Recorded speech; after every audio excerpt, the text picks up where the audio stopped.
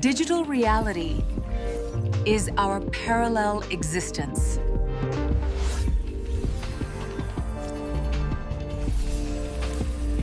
In virtual worlds, we see that we have multiple selves. The Avatar Project, where virtual reality allows us to live in a different kind of future.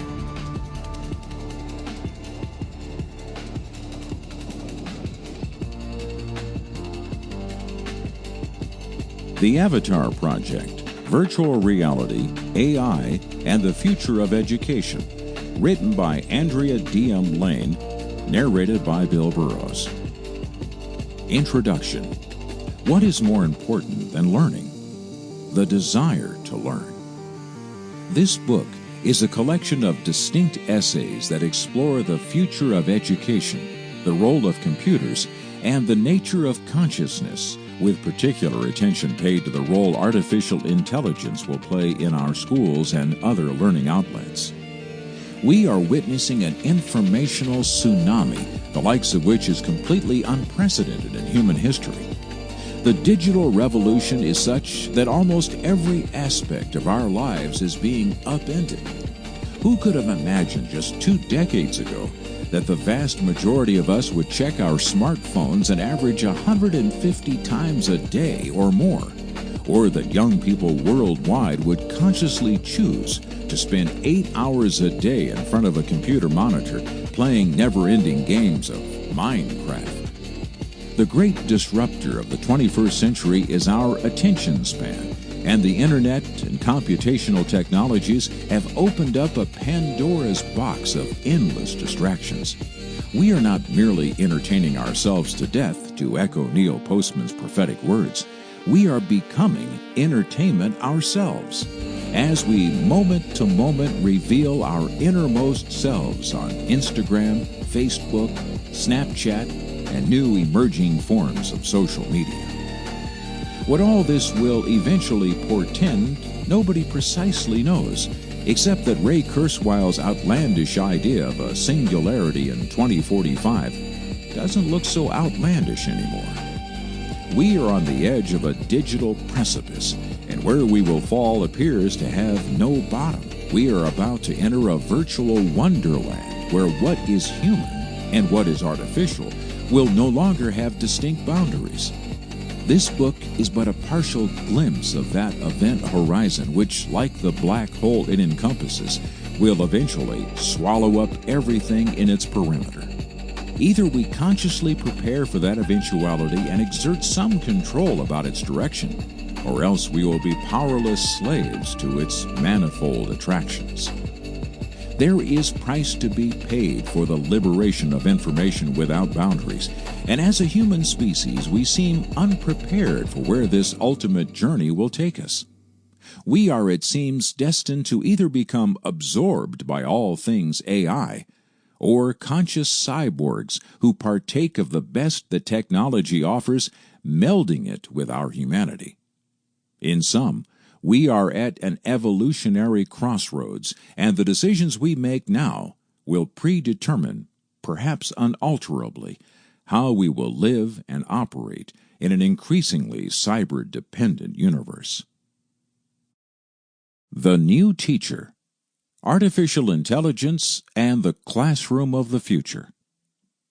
The promise of technology transforming education has a long history, dating back to the origins of writing up through the Gutenberg revolution of movable type, to the advent of electricity and air conditioning, to visual overheads. My husband David ruefully recalls how some educators believed that televisions in the classroom would dramatically improve learning. They even brought black and white televisions with screens less than 25 inches into the classroom and showed live lectures in science and other subjects. The problem is that it didn't work, and within months were aborted for the older methods of rote memorization, lectures, group work, etc. In the 1990s, when the Internet became more publicly accessible, particularly with Tim Berners' brilliant application, the World Wide Web, schools finally seemed on the brink of a genuine revolution. By the 2000s, online courses became ubiquitous, and at my own school, Mount San Antonio College, more popular than regular meet-in-person classes. However, as any online professor can tell you, the online courses have significant dropout rates, and one wonders how much students really benefit from such a process. It is one of those curious and depressing ironies that today we have access to more information than any generation in human history. We are quite literally surrounded by a cloud of books, articles, films, and other digital forms of knowledge. Yet given this overwhelming abundance, most of it goes untapped, particularly by those who would benefit most from it. For example, the vast majority of young men and women today spend upwards of 8 to 12 hours a day in front of a digital device, scanning here and there, from Instagram to Snapchat to YouTube to Facebook to whatever new app that has gone viral. But when asked how much in-depth reading they do, such as reading a whole book or diving into a longer technical piece of writing, the answer is less than 30 minutes. A recent study said that we look at our smartphones on average 150 times a day, a disruptive activity that nobody did a decade ago. We have become surface surfers who have developed the inordinate habit of skimming along the topography of knowledge. Today, in light of Google and Wikipedia and YouTube, classroom education seems arcane and mostly a waste of time, since most of what is taught can be learned much quicker and much cheaper by simply using one's smartphone or one's laptop. Although each of us now have access to a quasi-Alexandrian library many times over, we tend to use it only trivially, particularly in school, where the overriding motivation isn't learning per se, but securing higher grades so as to graduate and move on to something more profitable. It may well be that making knowledge acquisition a requirement almost invariably turns learning into a chore and not a joyful pursuit. Given this institutional structure, it is little surprise that education has not changed much over the years, since the student lacks genuine motivation. Can this be changed? Perhaps not, but I do see some encouraging signs that may turn the tide. The one breakthrough that seems on the brink of transforming education in general and school in particular is the exponential evolution of artificial intelligence. What a student needs, but seldom if ever gets, is a mentor who can be a constant companion to goad, encourage, and motivate him or her according to their respective abilities and needs. In other words, an educational coach intimately connected to the student and his/her rate of progress. Imagine having a friend who kept track of your learning and who in turn offered help at each and every turn with new and innovative ways to understand difficult material. To give one simple but telling illustration, my husband David was on a football team in 5th grade and was an average player, assigned the duties of being a center to the quarterback. However, he was having difficulties knowing how to snap the ball to the quarterback when he was in the shotgun position, since he had small hands and couldn't get the football to spiral just right. The coach of the team was too busy to properly instruct him, as there were 30 other players demanding his attention. This is where David's older brother Joseph came in and became instrumental. Each day after school, Joseph took the time and energy to teach David how to hike the ball in a professional manner, better than anyone in elementary school. Joseph was relentless and took care to follow David's progress day to day. It made all the difference and allowed David to excel in football for the next several years. This may seem like a silly example at first, but if something similar could happen in school, it would be transformative. The real problem in today's elementary schools is that it is a factory model, attempting to serve too many people without enough attention given to individual growth and differing learning needs. This is precisely where artificial intelligent agents or coaches or guides could be revolutionary, since it could adapt and schedule itself around the particular needs and limitations of the pupil. Today, a student invariably is motivated to study because his/her grade is predicated upon how well they can perform on a test, usually multiple choice, and usually done on a Scantron-like paper where one fills in the appropriate small circles with a number 2 pencil. The student takes the test after so many weeks, and it is a make-or-break situation which tends to produce increased anxiety and a desire not so much to learn as to remember and do well for a short burst of time. This sprint-like process may leave the student stressed, and after the ordeal is finished, forgetting or neglecting what he or she struggled so hard to remember. However, there is a much more powerful alternative to this compress and stress methodology. Make a game out of taking tests. For instance, right now there is an app called QuizUp that can be downloaded for free on almost any computational device.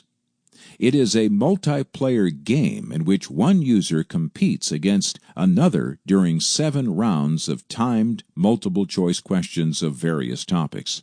This past year, my husband and I developed our own variation for use on QuizUp, focusing on general science and philosophy questions.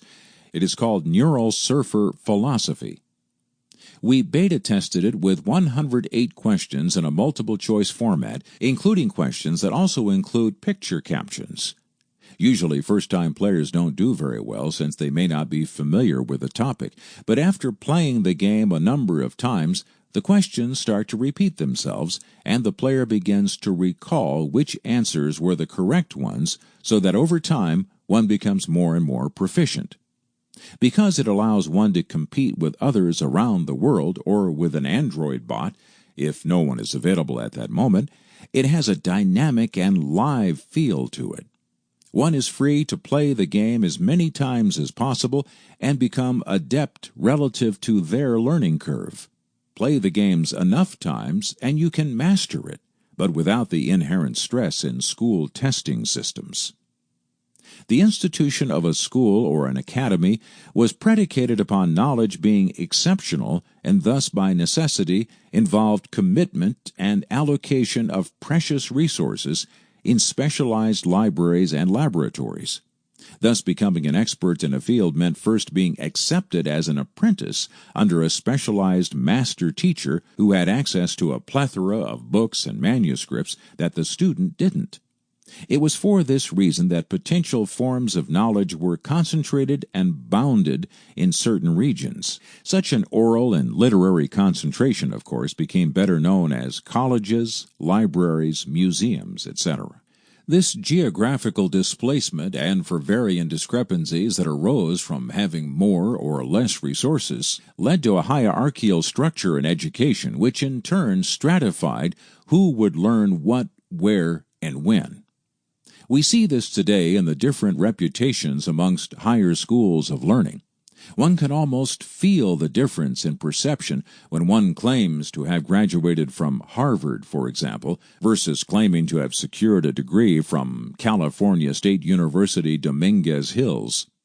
The latter pupil may have actually learned more than the former, but the valuable resources of Harvard and its attendant prestige are far greater than the California State University counterpart.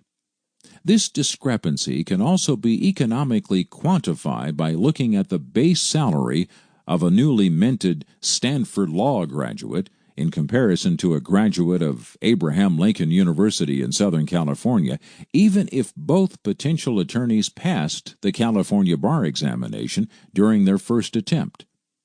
The hierarchy of knowledge acquisition has served for centuries as a social barometer, either allowing more upward mobility or closing off corridors of power reserved for the intellectual elite.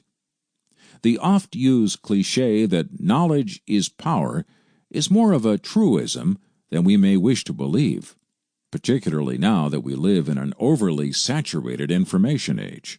Over the past 20 years, however, there has been a dramatic change in how we garner knowledge. Whereas before one literally moved body and mind to a spatial location, school, library, museum.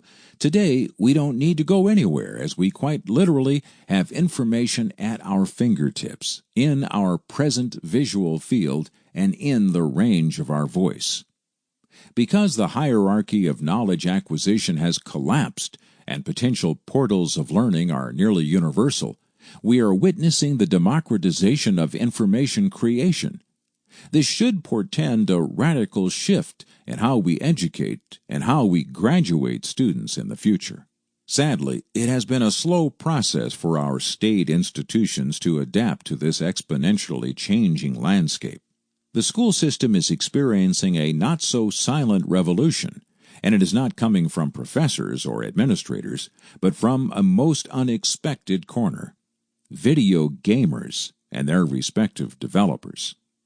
Simply put, the future of education is in gaming.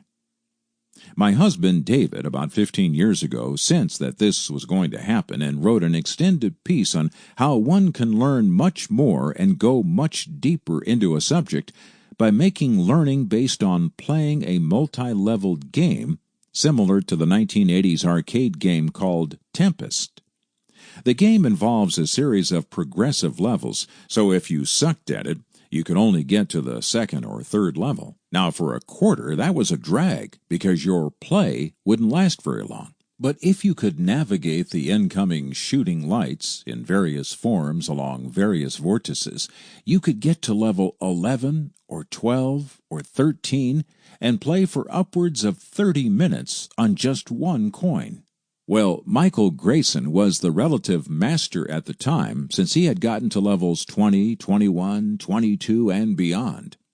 I was merely a neophyte, and I sucked. But my addiction became great, so I started playing it at the arcade with one-pointed Zen attention, until I finally got to the levels 33, 34, and beyond.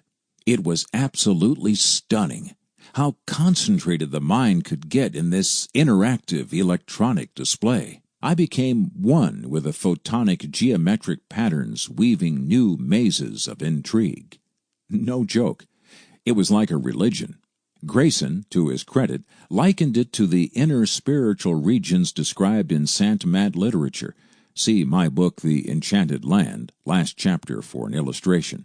Eventually, I got to higher and higher levels, even above 50, 60, and 70. At these levels, the objects are sometimes invisible, and one has to shoot almost by intuition or a higher mathematics. But then I heard of someone who had broken all barriers, one who had figured out the geometric code, the algorithmic secret behind the Tempest template. He transcended to all levels, and he did it by not moving. I'm serious. He realized that there was a spot on the game where one was eternally safe, provided that they never moved, even if it looked certain that they were going to be annihilated. I tried it, and it worked, but only temporarily. One had to be absolutely still on the geometric point. I got to higher levels, but I still moved. The Zen master of Tempest never moved. He was 13 years old. How does Tempest relate to my epiphany about teaching?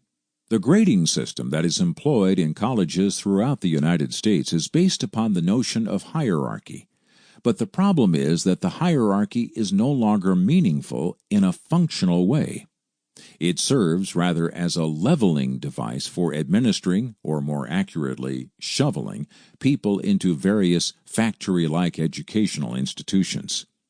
The A through F grading system is an administrative device, not an intellectual one, since any genuine intellectual knows that such a grading criteria is at best silly and at worst manipulative. Genuine hierarchies of knowledge are about functionality and ability, and these are best appraised by real empirical considerations, not by impotent and limp letters. Watch any kid playing a video game and you will see their attention riveted to the electronic screen, even if what they are playing has a series of arcane rules and forces them to study different strategies. The future of education is in gaming, and with the development of virtual reality headsets, there are no limits to where this technology will take us. In 2016, two VR headsets were released, the Oculus Rift and the HTC Vive, both of which allow the user to experience expansive 360 spaces of hitherto unimagined virtual worlds. The potential of VR is, hype be calmed, almost limitless, particularly as it applies to interactive learning. A good example of this comes from an application called Body VR. As explained on their website, it's time for education to change. Learning from textbooks is a thing of the past. Step into an immersive environment tailored to the content you want to learn.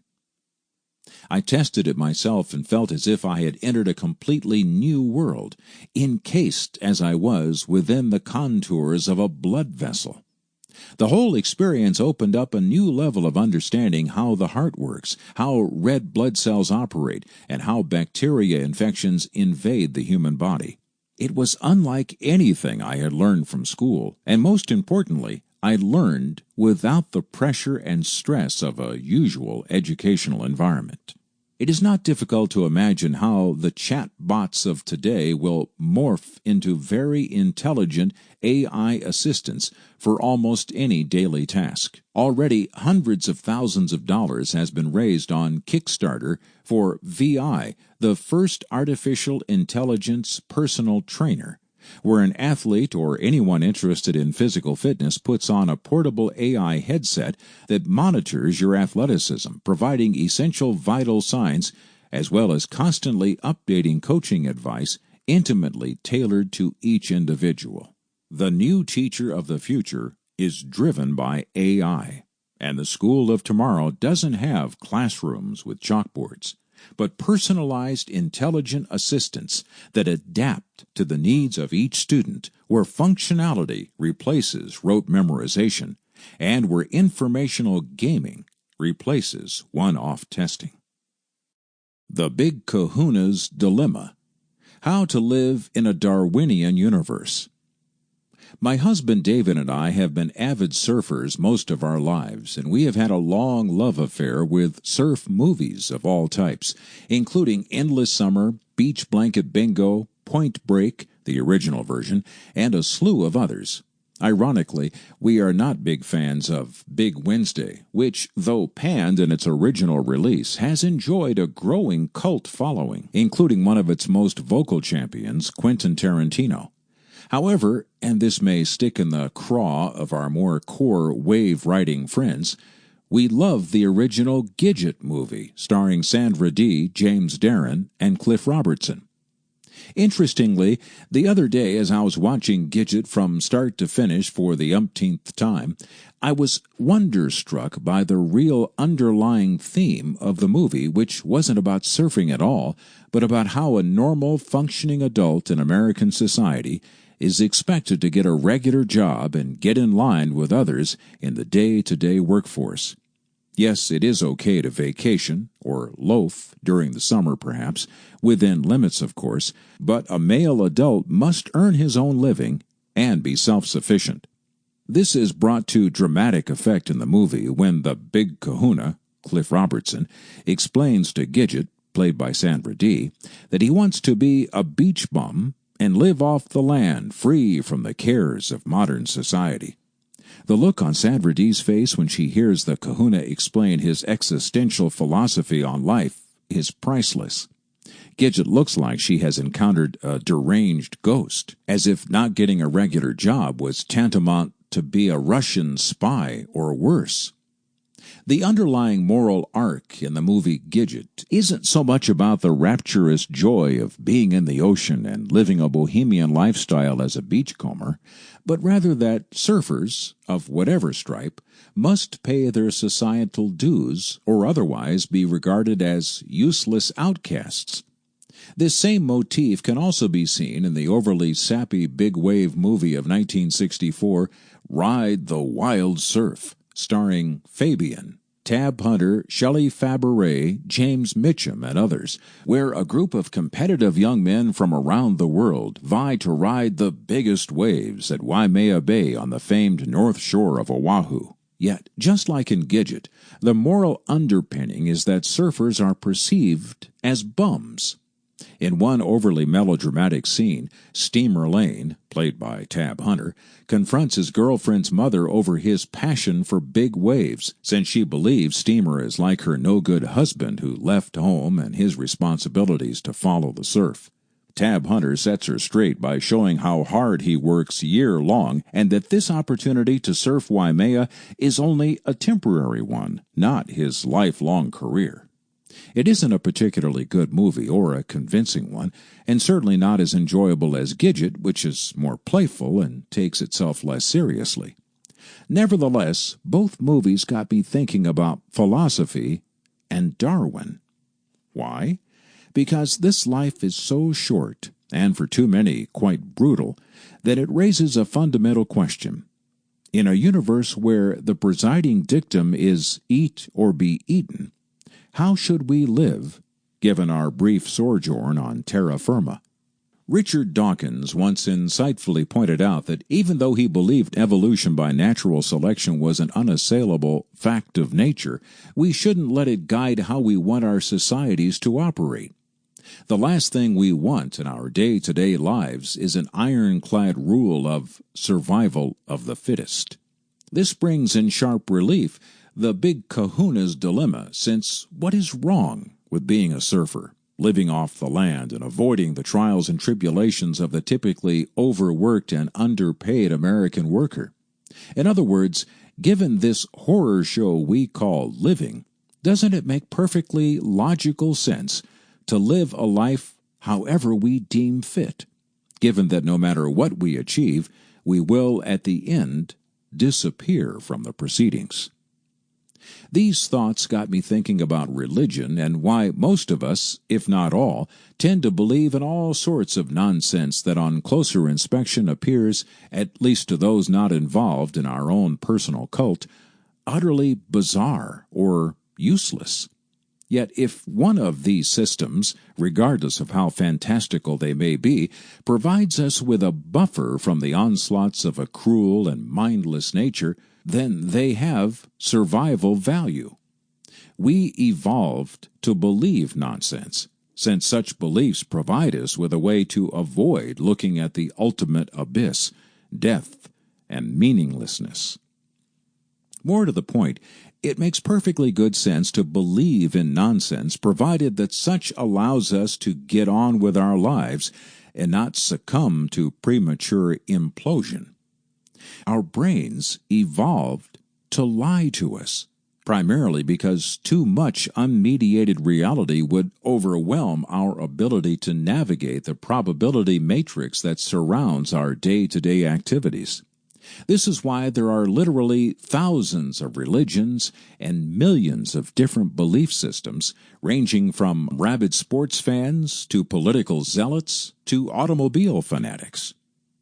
Thus, the big kahuna's dilemma about whether to get a full-time job or follow the sun and surf is really our own existential dilemma, since we live in a Darwinian universe of innumerable possibilities. But each of our choices, whether to put our noses to the grindstone or live like free spirits, is circumscribed by a most telling factoid. Our lives are mercilessly short, and we die. How then shall we live when there is no objective datum by which to adjudicate our choices? In the 21st century, particularly in those countries that enjoy relative freedom of expression, the vast majority has already made their decision, and that is entertainment. Neil Postman, the acerbic media critic, suggested that Americans are prone to entertain themselves to death, and Aldous Huxley echoed that same sentiment decades prior in his prophetic tome, Brave New World. And instead of lamenting these keen and astute observations as a sign of moral degradation, perhaps we should come to grips with why such ephemeral diversions, in whatever form, are wholly reasonable and sensible in this carnivore arena where no one gets out unscathed. Provided that another person's enjoyment doesn't infringe on our own, and we allow others the fuller trajectories of their own short lifespan without unnecessary injury, then a powerful argument can be made for believing anything we so desire, since such believing can and does allow many of us to better navigate the ups and downs of this unremitting game of differential reproductive winners and losers.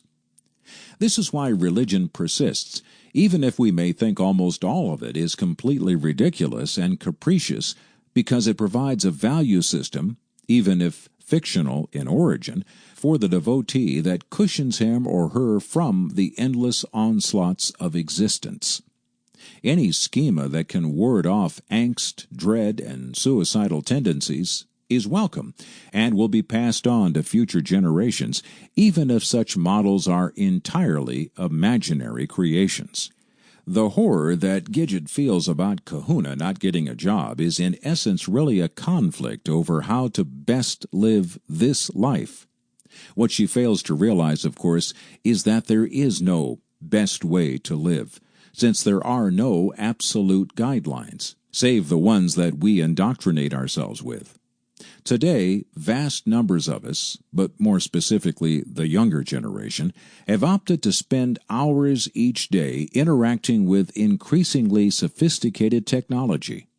We have immersed ourselves in virtual worlds, whether it is obsessively tapping and swiping away at our smartphones or donning headsets to correspond with others in simulated warfare games, or developing avatar-like characters in cyber world correspondences.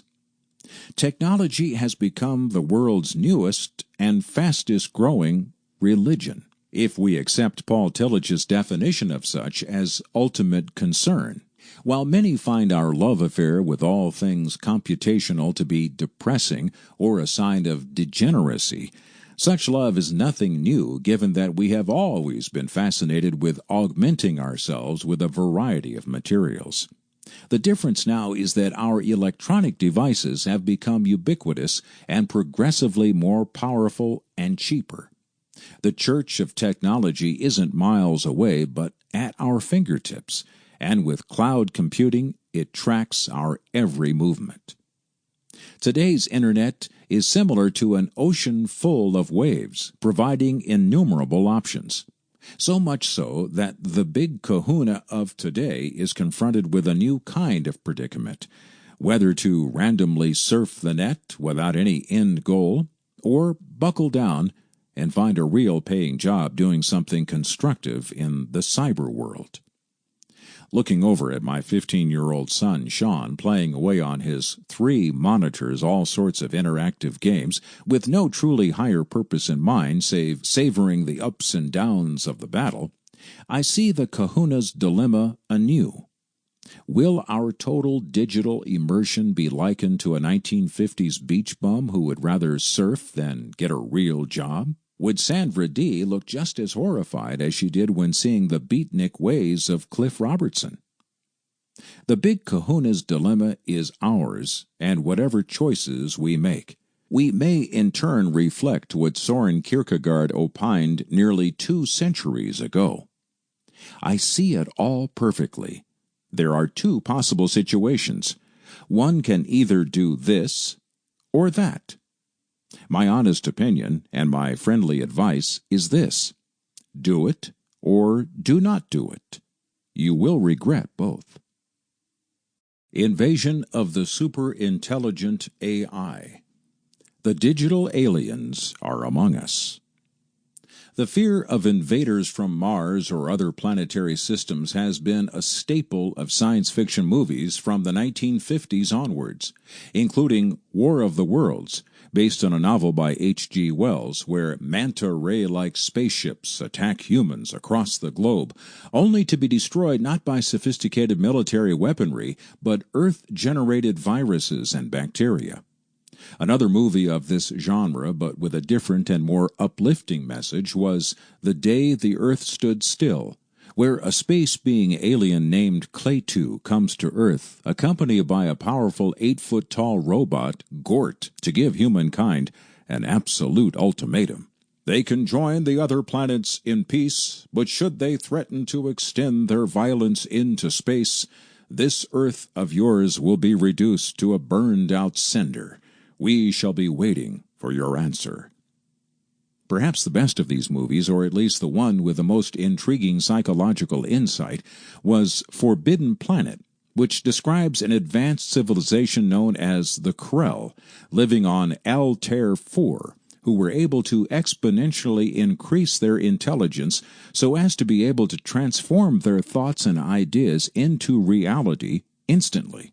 The Faustian problem was that their sophisticated technology also tapped into their unconscious mind, their Freudian id, and thus their dark impulses also took on destructive manifestations and eventually annihilated their entire species. Interestingly, in today's science fiction, the most common motif is centered not on alien invasions as such, though they too still remain a popular theme, but on the growing and pervasive fear that the artificial programs we have invented and nurtured since the advent of electronic computers will soon transcend our own human cognition and intelligence and will outstrip our ability to control them. In sum, the great worry of the 21st century is what the Oxford philosopher Nick Bostrom calls superintelligence, a sort of technological singularity where computationally engineered programs become self-sufficient and develop their own evolutionary agendas. Several movies have already touched upon this theme, though with differing plot structure and implications, including Stanley Kubrick's 2001 A Space Odyssey, where HAL 9000, heuristically programmed algorithmic computer, the onboard computer and navigating system of the Discovery 1 spacecraft on a mission to Mars, tries to override the human astronauts piloting the ship. Hal has developed his own agenda, contrarian to those of the humans he was meant to serve. More recently, the film Transcendence, which stars Johnny Depp, focuses on a scientist working on developing a conscious computer who eventually gets his consciousness uploaded to the internet and, in turn, becomes extraordinarily powerful. The movie has a mixed message concerning our future since there are both devastating and benevolent consequences. The idea of a future superintelligence is a deeply controversial one, and there is a wide divergence of opinion about what it might portend or even if it is actually possible. On one end, there is Ray Kurzweil, author of How to Create a Mind and The Singularity is Near, and a famous futurist, who is optimistic that by 2045 we will encounter a technological singularity which he defines as a future period during which the pace of technological change will be so rapid, its impact so deep, that human life will be irreversibly transformed. Although neither utopian nor dystopian, this epoch will transform the concepts that we rely on to give meaning to our lives, from our business models to the cycle of human life, including death itself. On the other end is Nick Bostrom and Elon Musk, who are famously quoted as saying that AI is our biggest existential threat. Joining their ranks is Bill Gates and Stephen Hawking, who both fear that we are opening a computational Pandora's box that may unleash digital monsters of unimaginable horror. In the middle of this spectrum is the well-known physicist Michio Kaku, author of The Future of the Mind, who suggests that humans will be able to sufficiently modify robotic intelligence and make it serve, not dominate, human interests. Perhaps the fear of an artificially intelligent species apart from ourselves is misplaced, given that we have continually used supplementary tools in the past to augment our capabilities, be it a wheel, a horse, a boat, or an airplane. The difference now is that we are implanting sophisticated technological devices within our own bodies, though this too has had a long history. dentistry being just one rudimentary example. The fact is that we are evolving to become cyborgs ourselves, from artificial hearts to kidney transplants to embedding neuronal chips within our own skulls. Perhaps the alien invasion we fear so much has already arrived, and it is us in cyber garb. Are we not intimately coupling more and more with computational intelligence, so much so that we are forever tethered to our smartphones and other devices, and we will not venture outwardly without them? Have we not created a digital cloud that stalks us wherever we go, responding to our moment-to-moment whims and needs? Are we succumbing to an alternative version of the famous science fiction movie Invasion of the Body Snatchers, where we become zombie-like creatures, forever entranced by flickering screens of digital input? Maybe, maybe not. But it does give one pause to see millions of people worldwide in the company of other humanoids more entranced by their 6-inch high-definition screens than with their friends who are but 3 feet away from them, also staring or swiping away at their android assistants. Plato's Camera. Paul Churchland's Neural Theory of Ideal Forms. For over 2 millennia, philosophers have debated how we gain knowledge of the world.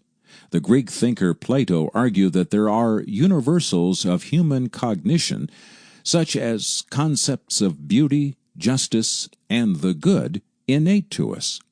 While these ideas, or eidos, often referred to as Platonic forms, are certainly nuanced in each cultural setting, they can best be understood in the first place because of a prior overall conceptual framework. For instance, in China, India, Africa, Iran, and Greece, the inhabitants of these lands may define beauty or justice quite differently. Yet, despite one's background, humans all seem to understand the overarching idea of beauty and justice. We begin to intuit these universals from the moment we enter this world, and they in some way help us navigate the world. Nonetheless, as a rationalist, Plato asserted that through reason and logic, it is the philosopher who can truly penetrate through all of the particulars witnessed and fully grasp the universal, higher forms from which everything was modeled. This knowledge would be transformative, he added. Paul Churchland, in his 2012 text, Plato's Camera, pulls from the theme of Platonic universals. He, too, is interested in the idea of universal concepts and acknowledges their importance in his epistemological scheme. Like Plato, Churchland contends that this conceptual framework is necessary for our daily perceptual judgments. However, Plato and Churchland then begin to part company. Churchland places the source of these abstract categories in the natural world, specifically in the brain. When Plato offers his otherworldly explanation for why universal forms exist, that ingrained knowledge was evidence of a higher realm of existence, Churchland points to a neuronal interpretation. Interestingly, this approach contradicts John Locke's tabula rasa. The neurobiologist does not take into account the environmental role in understanding epistemology, but he starts first with the basic antecedent framework which begins at birth and which allows us to interpret our sensory experience throughout our lives. How the brain does this, taking a picture of the world, so to speak, and developing a representation of it, is extensively detailed. Churchland refers to this representation as maps. There are not just a few, but multiple high-dimensional maps of external realities which supply us with the fabric to make sense of the world. These maps are in a way a modern version of Platonic forms and partly of Immanuel Kant's categories of understanding. And they do not arise, Churchland proposes, through language, but are in fact pre-symbolic. and are due to the synaptic connections within the brain. There are three types of learning that Churchland delineates in his text. First-level learning forms the basic conceptual framework. He is not implying we are born with this framework as Plato does, but that it starts to form from birth across the brain's synaptic connections, taking days, weeks, or even years to produce reliable mental maps of the objective world. He clarifies that this form of learning is independent of language, and thus can apply to other animals as well. The pithy saying that neurons that fire together wire together captures the beginnings of this type of learning. As the creature first interacts with the world, axonal activations occur, and this forms the rudiments of a background structure. Once the framework is in place, new sensory input can be interpreted and integrated, and this leads us to what he calls second-level learning. This form of learning takes place when the brain, human or animal, experiences new data in the environment, and one must make sense of it within the larger conceptual backdrop. The new stimuli can also alter the maps. One can think of this type of learning as the particulars one experiences every second of every day that is mixed with conceptual maps and made sense of. To highlight this, he uses the analogy of the rolling marble endlessly going up and down hills and valleys as it encounters the conceptual landscape of the brain. Finally, third-level learning specifically applies to the human being since it depends upon language. In this case, learning occurs through cultural and social systems as we index each other's models. This learning, transmitted through language, is extended beyond one's life and passed on to the next generation. It is essentially the exchanging and recording of mental maps. As mental maps, we can raise the ontological question of how well they represent reality. There is little doubt that maps will always be less than what they are representing. Yet we can add the genetic twist that as long as these models procure our food and mates and thereby extend our DNA lineages, these maps will be to our evolutionary advantage. Furthermore, Churchland makes a fascinating case that in acknowledging our mental maps are less than perfect, scientific advancements can and will be made.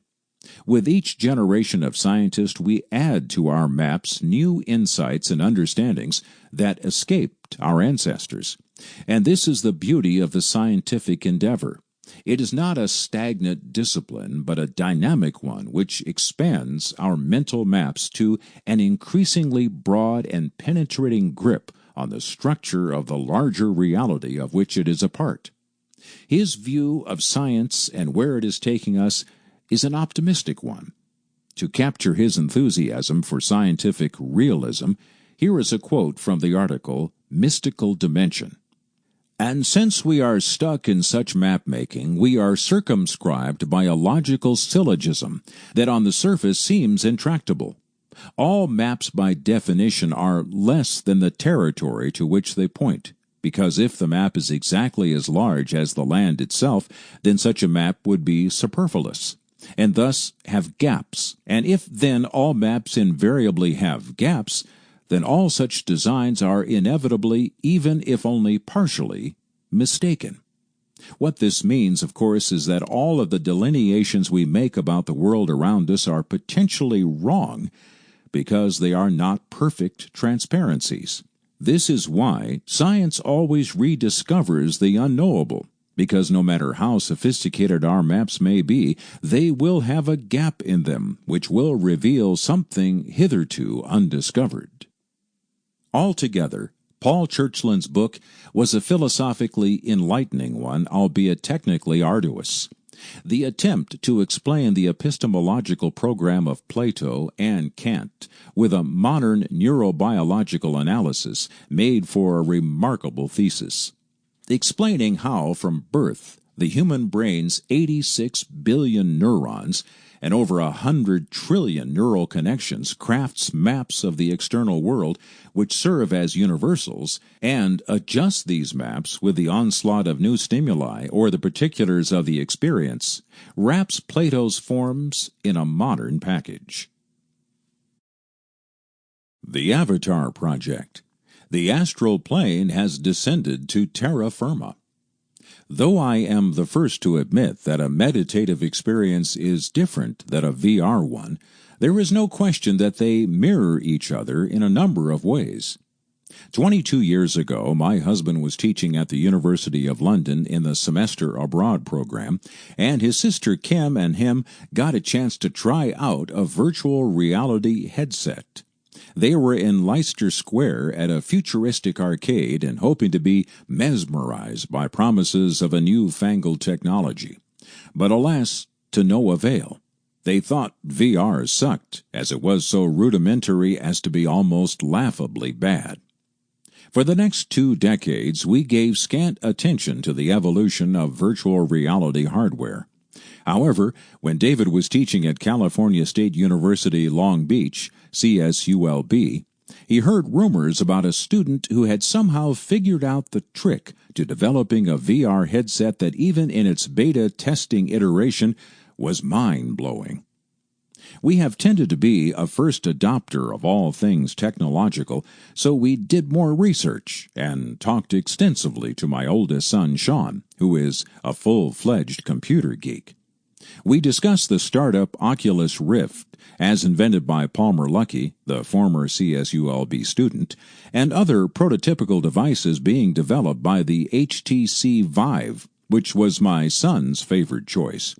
But though I knew theoretically that such technology would be transformative, I hadn't experienced it directly, and thus was not yet a convert. All that changed, however, the day we tried Google Cardboard, a surprisingly simple, hard paper construction that looks at first glance as if it was made on the fly. As I put on the relatively cheap contraption, I was ready to be disappointed, but instead I felt like St. Paul on the way to Damascus. I was shocked as I was teleported to another realm. Even though I knew Google Cardboard, which uses your smartphone as its fundamental hardware, was still a very primitive device, I immediately realized that the future I dreamt about decades ago had arrived, and that it was only going to get better, much better. The implications of VR are more profound than we might at first suspect. Ironically, Ken Wilber, the controversial New Age philosopher, may be one of our best future theorists when it comes to all things virtual, even if we must ground his spiritually saturated cosmology down to terra firma. In an earlier article, Ken Wilber was right, the next stage is psychic. The author wrote, Wilber has postulated that we have undergone a series of holonic adaptations from magical to mythical to rational in our history. The next stage, according to Wilber, will be the psychic level. Ironically, what Wilber envisioned, a network of logical understanding that supervenes mere logic or rationality, a sort of meta-thinking, is already obvious via the Internet and the web. Wilber was spot on, except that he didn't envision the psychic realm as being generated by the nuts and bolts of routers, cables, servers, computers, engineered software programming, etc., but had postulated something a bit more ethereal. In other words, Ken Wilber's model was correct in its insight, but wholly missing in its mechanics. In Wilber's hierarchical schema, the next level beyond psychic is what he refers to as the subtle realm. As he explains in his early books, this is a state of consciousness where all sorts of fantastic visions of light and sound occur, and where the mind can be enveloped into astral realms. Later, in a 2007 position paper on the subject, Towards a Comprehensive Theory of Subtle Energies, Wilber elucidates that. Accordingly, as this awakening process begins and starts to mature, this wakefulness increasingly pervades all aspects of the waking state, and begins to spill over into the dream state, rescuing them both from a half-asleep fog. As one then enters the dream state, one begins to lucid dream, to remain conscious where the average person passes out or goes blank. What happens is the dream state is being converted from unconscious to conscious, and thus it begins to yield all of its visionary, archetypal, subtle revelations. Moreover, and just as important because you have made the dream state conscious to some degree, you have started to transcend it. It has ceased to enslave you. It is now object, not subject. You now embrace your dreams. They don't embrace you. Wilbur's wording in the last sentence is both instructive and revealing. You now embrace your dreams. They don't embrace you. While I don't think Wilbur had VR headsets in mind when he postulated his subtle realm theory of consciousness, where dreams become conscious to an awakened psyche, the parallels between the two are unmistakable. In the mystical literature on the subject, accessing the subtle realms usually entails deep meditation, which primarily includes sitting very still for long stretches of time and concentrating on inner lights and sounds until one consciously enters in the awakened state. In virtual reality, the neophyte simply dons a headset and turns on the preset program, and then, in a second or two, finds himself or herself completely encased in a 3D wonderland. The former is achieved by dint of one's concentration, whereas the latter is accomplished by some remarkable feats of hardware and software engineering. Yet both resemble each other in truly remarkable ways, from feelings of being out of the body to scintillating light shows to adventures across spatial landscapes. David has been a lifelong meditator and has practiced Shab Yoga for over 40 years, and though he is the first to admit that a meditative experience is different than a VR one, there is no question in his mind that they mirror each other in a number of ways, and that in the near future it seems exceedingly obvious that anyone will be able to enjoy a simulated astral trip without resorting either to prolonged meditation or ingesting psychedelic drugs. And because VR is so easy, and here is a conscious pun, mindless, it will go viral throughout the human population, just as radio and television and the internet have done before. In a very real sense, we are downloading the astral plane, or more precisely, our idealized versions of it. It is truly an eye-popping experience to put on Google Cardboard with your inserted iPhone, touch a button, and then find yourself enveloped in a game such as In Mind, produced by the Russian company Nival, where one travels in a 3D brain mock-up, setting off and or correcting different firing neurons and getting deeper and deeper into the walls of fibrous architecture, while you sit still and your physical body goes nowhere. Add to this the very odd sensation of feeling as if you have no body and are encompassed in a completely different world where seeing 360 degrees is the norm. This particular VR voyage reminded me of Paramahansa Yogananda's first experience of cosmic consciousness, where he wrote, "My body became immovably rooted. Breath was drawn out of my lungs as if by some huge magnet. Soul and mind instantly lost their physical bondage and streamed out like a fluid, piercing light from my every pore. The flesh was as though dead, yet in my intense awareness I knew that never before had I been fully alive. My sense of identity was no longer narrowly confined to a body, but embraced the circumambient atoms. People on distant streets seemed to be moving gently over my own remote periphery. The roots of plants and trees appeared through a dim transparency of the soil. I discerned the inward flow of their sap. The whole vicinity lay bare before me. My ordinary frontal vision was now changed to a vast spherical sight, simultaneously all-perceptive. Through the back of my head, I saw men strolling far down Ray Ghat Road, and noticed also a white cow who was leisurely approaching. When she reached the space in front of the open Asram gate, I observed her with my two physical eyes. As she passed by, behind the brick wall, I saw her clearly still. All objects within my panoramic gaze trembled and vibrated like quick motion pictures. My body, masters, the pillared courtyard, the furniture and floor, the trees and sunshine, occasionally became violently agitated until all melted into a luminescent sea, even as sugar crystals thrown into a glass of water dissolve after being shaken.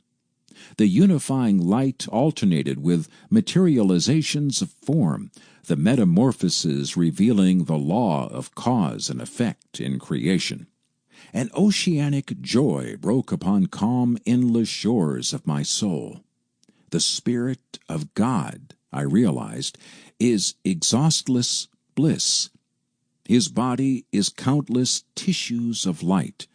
A swelling glory within me began to envelop towns, continents, the earth, solar and stellar systems, tenuous nebulae and floating universes.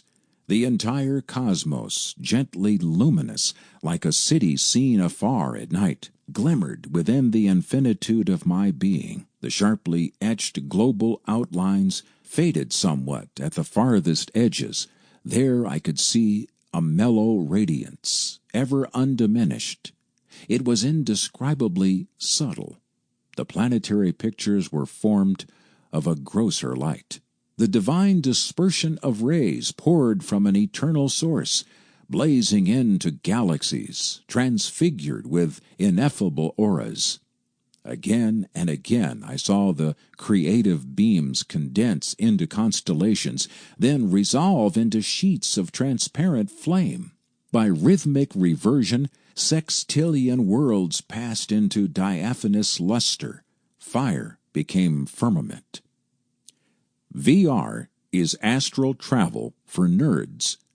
Imagine what this technology is going to look and feel like in a decade.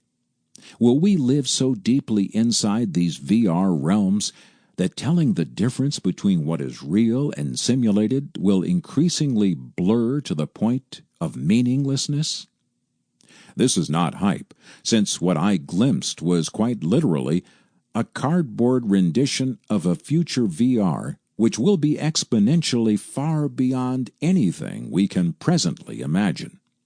And it is not a distant future, since in 2016 the market will be flooded with a whole series of VR products ranging from Oculus Rift to Sony PlayStation VR to HTC Vive to Samsung Gear VR to Microsoft HoloLens to Fove VR to Zeiss VR1 to Avigant Glyph to Razer OS VR to Arcos. Ken Wilber's subtle realm, even if merely a replica of what he envisioned, is coming to a store near you. Keeping with my Wilbur analogies and metaphors, I can well imagine Ken arguing that VR and its attendant products is a sort of Ant-Man project, where instead of actual higher-order realization of the subtle realm, which involves tremendous hard work and personal transformation, we create a mechanical substitute for it, mistaking the simulacra for the real deal. This may or may not be true, but I do think Wilber's understanding of the subtle realm as the next leap in our evolutionary journey, even if the actual technology behind it is the opposite of what he prophesied, can serve as a very useful roadmap of what virtual worlds lie in store for us. I have no doubt that with VR we will soon be witnessing an informational hurricane, the likes of which will swamp everything, from how we educate, to how we doctor, to how we entertain. If consciousness evolved as a virtual simulator to help us better in-source varying survival strategies before outsourcing them, we can readily see that humans have now progressed to the point where we can actualize our imaginings in a real world. Simply put, our technology has finally caught up with our dreams, so that we can consciously inhabit what we could only before imagine. We are on the threshold of replacing our spiritual Atman project with an electromagnetically gifted avatar project, where arduous meditational practices are replaced with supremely easy VR headsets so that we can transcend the limits of our physical bodies and fly unencumbered in mental wonderlands. Aldous Huxley was correct when he predicted that we would enter a brave new world, but it is a different kind of soma we will daily ingest than the one he anticipated. The drug of the future is virtual, and it is information without boundaries. The danger is that we are entering into what one author alleges is a form of digital existentialism, where the acquisition of knowledge is defined, limited, and measured by distance. Yet what happens when there is no lag time between what we desire to know and what is known? We are already witnessing the exponential acceleration of technological evolution to such a degree that in a few decades we will become the very AI Nick Bostrom, Elon Musk, and Stephen Hawking fear, but not in the exact form they predict. No, it isn't a superintelligence apart from ourselves that will transcend us in a Kurzweil-like singularity, but rather that we will become the very network itself. The next stage is already upon us, and its initials are AI, but it stands for Augmenting Intelligence. Just think. The smartphone in our hand today can access more information in seconds than all the computers in the world combined just 30 years prior. We are becoming forever tethered to the computational web that help us in every single aspect of our lives, from whom we date and mate, to how we spell and write, to how we sing and compose, to how we drive and shop, to how we watch and listen, to how we think.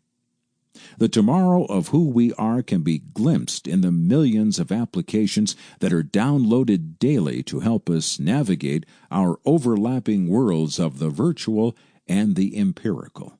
But that distinction between the two is an illusory one, which will soon be crossed when we become the very apps we seek, where that which we want and that which we can have are one and the same. All that we couldn't get from without, we will quite literally get from within, since in a multiverse of information, nothing is in short supply, and everything is ready for digital consumption, except in our case the line between upload and download will be forever blurred, and where we end and artificial intelligence begins will be meaningless. Everything we know will be literally turned inside out. We already are glimpsing such a destiny even now, as moment to moment we are sharing the most personal of details and pictures of our lives to strangers we have never met, except in textual affirmations. No longer will we have to pretend to be the avatars we project.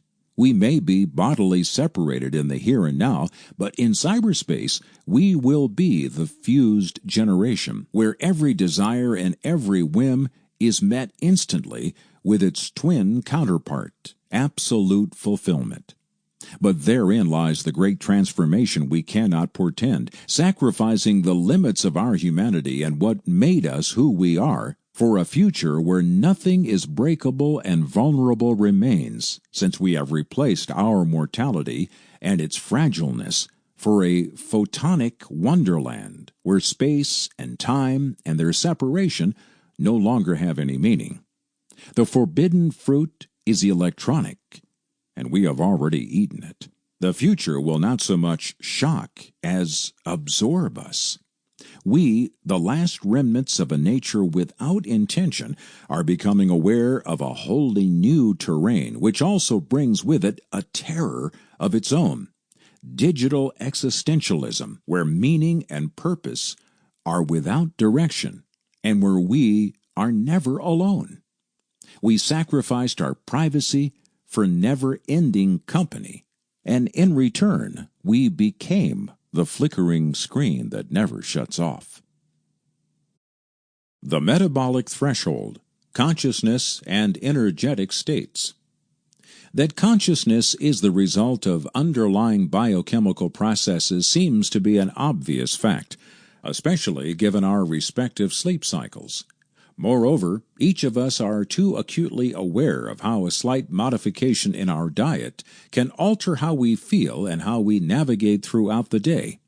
Add a couple of strong alcoholic drinks into the mix, and the world around us swirls in quite a different fashion. Recently, a new study was completed which indicated a critical metabolic threshold within the brain for the emergence of consciousness. As reported by Science, which summarized the findings, differentiating states of consciousness in brain-injured patients is a major challenge for clinicians. Researchers from the University of Copenhagen, Denmark, and their colleagues recently used positron emission tomography, PET, to measure the metabolism of glucose in the brains of 131 patients, finding that 42% of normal cortical function is the minimum amount of energy required for conscious awareness. The findings provide a simple and objective metabolic marker of consciousness, the authors wrote in their study, published today, May 26th, in Current Biology. The idea of quantifying self-awareness via biochemical responses doesn't mean that we have understood consciousness as such, but it does provide us with part of the necessary scaffolding underlying how such awareness emerges. As the study indicated, regional differences in glucose metabolism relative to whole brain metabolism correlated with a patient's likelihood of regaining certain cognitive functions, such as vision and language comprehension. What makes this study particularly powerful, of course, is its predictive quality, such that, in nearly all cases, whole brain energy turnover directly predicted either the current level of awareness or its subsequent recovery. Coopers said in a statement, "In short, our findings indicate that there is a minimal energetic requirement for sustained consciousness to arise after brain injury." This study in particular casts a dark shadow on those who believe that consciousness is divorced from its material substrates, since without minimum neural activity, 42% or above cortical activity being a baseline or threshold, self-awareness apparently doesn't arise. I don't think this is very surprising given what we already know about how adenosine works within the brain, as the McGill website on brain function lucidly explains. The onset of sleep is triggered not only by your body's biological clock, which regulates the cyclical secretion of hormones determining the best time to go to sleep, but also by the cumulative effect of hypnogenic molecules that build up in the body while you are awake. The molecule adenosine has a number of characteristics that make it an ideal candidate to act as one of these hypnogenic substances.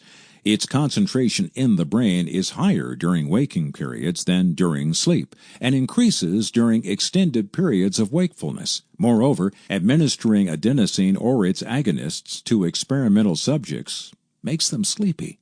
Adenosine is produced by the degradation of adenosine triphosphate, ATP, the molecule that serves as the energy currency for the body's various cellular functions. The amount of adenosine produced in the brain thus reflects the activity level of its neurons and glial cells. The brain's intense activity during periods of wakefulness consumes large amounts of ATP and hence causes adenosine to accumulate. The accumulation of adenosine during waking periods is thus associated with the depletion of the ATP reserves stored as glycogen in the brain, The increased adenosine levels trigger non-REM sleep, during which the brain is less active, thus placing it in a recovery phase that is absolutely essential, among other things, to let it rebuild its stores of glycogen. Because adenosine is continuously metabolized by the enzyme adenosine deaminase, the decline in adenosine production during sleep quickly causes a general decline in adenosine concentrations in the brain, eventually producing conditions more favorable to awakening. Put another way, if consciousness was indeed distinct from the bodily apparatus that houses it, why would such tiny molecules play such an elemental part in its display? The tired and not altogether convincing argument that the brain is a receiving station similar to a television set in one's home doesn't actually resolve the issue of how consciousness emerges, but only avoids the query by shifting its central locus. And in so doing, it neglects the very obvious point that in either case, whether awareness is an emergent property of the brain or rather akin to an electromagnetic wave from afar, consciousness is physically related to some measure. Galen Strawson, writing for the New York Times, captures the essence of the problem of self-awareness in the very title of his essay, "Consciousness Isn't a Mystery, It's Matter." Of course, saying this doesn't then mean we have solved the conundrum, but only that the real issue at hand is more profound than we might at first suspect. The difficulty in understanding consciousness isn't what it is like to be aware. That we already have in abundance, since it is the only thing we experience from the inside out, but rather how physics can explain the material structure that gives rise to such a complex and holistic phenomenon in the first place. In other words, the following pun, in a precise questioning form, is a literal one. If we are just matter, what then is the matter? Consciousness, ironically, is a physics problem curled up in chemical and biological and psychological garb.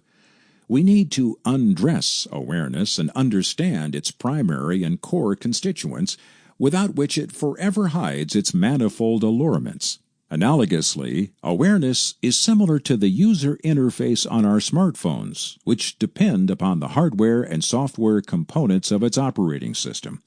To understand the visual and auditory display on your phone, one has to first explore the physical housing upon which it is built. Consciousness without a display is likened here to a movie without a projector or a screen. While some may believe that consciousness will exist without a physical substrate, the evidence suggests otherwise, since self-awareness is physics incarnated. Thus, the real mystery that needs to be unraveled concerns matter itself. What is it, ultimately?